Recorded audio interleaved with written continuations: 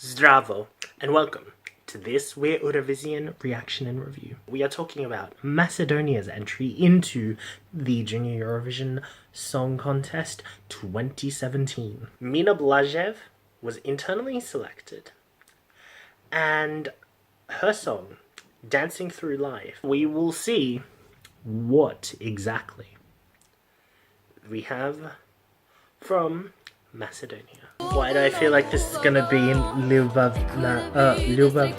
Vodi all again in terms of placing? I like this post-chorus part though, it's definitely nice. I liked it. I get this vague vibe that it's the kind of song that probably will do better if this were a studio-only contest though. I don't blame that on Mina, I don't blame that on the song. I blame that on Macedonia's ability to somehow have a better music video than a live performance. To somehow be able to take something that when you're watching a music video, you adore.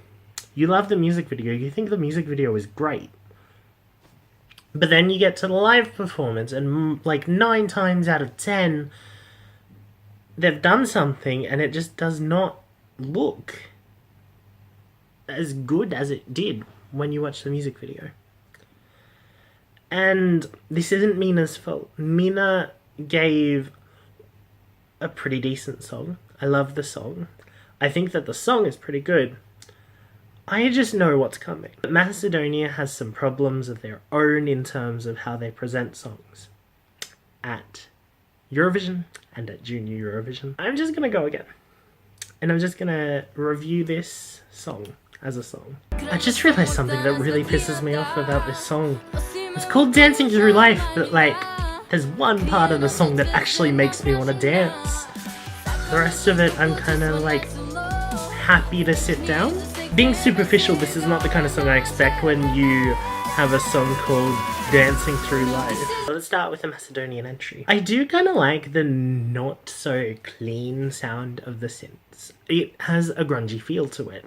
It's different for Junior Eurovision. Not necessarily different in a way that I would not like to pay attention to, but different in a way that when I hear it, I think it's new, I think it's innovative. I think this is not exactly like anything else that any other country is going to send, which is kind of a really good thing. If there was one point of this song that I really wanted to hear again and again, it would probably be the oh kind of hook.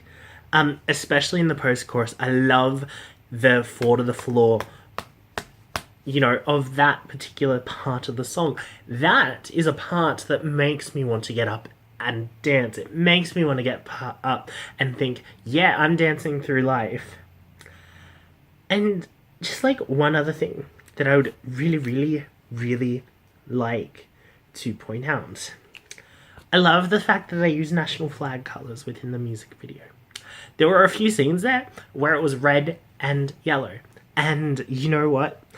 No better way to brand your nation than to use your flag's colours, especially in a contest where you are the only country that has yellow and red as your only 2 flag colours. That's a really smart idea. Keep that idea. Run with it. When people go to vote, they'll be like, oh, the one with the red and the yellow.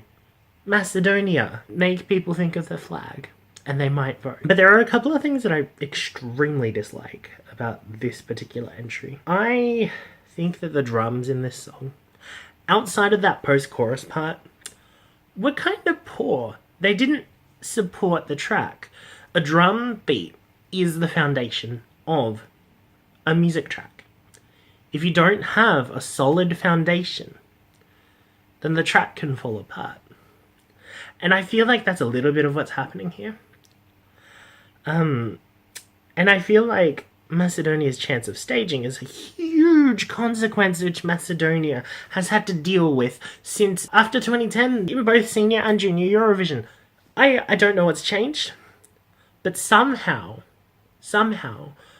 before that, Macedonia used to do okay in both contests relatively often enough. I have no idea what's gone wrong in terms of Macedonia, But I don't think this is something you can particularly pin upon Mina. Mina does not deserve that particular criticism. But I feel like I have to mention it at least a couple of times in my review of the Macedonian entry of, like, Junior Eurovision, especially after the year in, year out disappointments of songs that were in my top 3 or 5 before the show. So, in this particular case, I'm not even sure I love the song as much as I have loved other Macedonian entries. It's just that I know that Macedonia can take staging and go all the way over there with it into an idea that no one understands. So, if you have an opinion on this entry, please feel free to tweet it to @WeAreEurovision. Or comment below, like the video, and please subscribe to the channel if you would like to see more of this content. My prediction for where this is going to place, it gets 12th.